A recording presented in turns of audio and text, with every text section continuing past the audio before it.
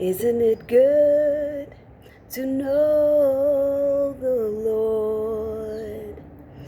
Isn't it good to know His name?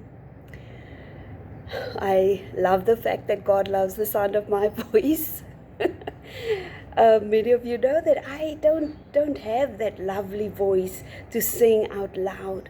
But the intimacy in the relationship with God means that He just accepts me for who I am. And so He accepts all of us just who we are. You see, what I done now is just a small sacrifice to the Father, because I want to please Him with my worship, even if it doesn't sound as fabulous as many have been gifted with that talent. I'm just like, Lord, I just want to praise You. I just want to sing unto You. And I know in Your ears it will be a joyful sound. In Psalm 89, verses 13 to 15, it says, Your arm is endowed with power. Your hand is strong. Your right hand exalted. Righteousness and justice are the foundation of Your throne. Love and faithfulness go before You.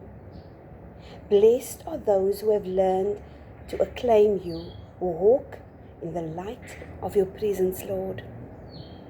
It is wonderful to be in God's presence. And the bonus, it's a bonus to know that God is omnipresent, that He's always around.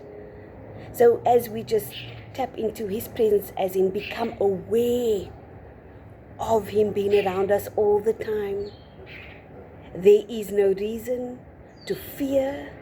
There is no reason to grow anxious in anything, because God is with us. Yep, that is the theme for this week. Just been impressed on my heart so much, just to acknowledge all the time, more than often, that God is with us.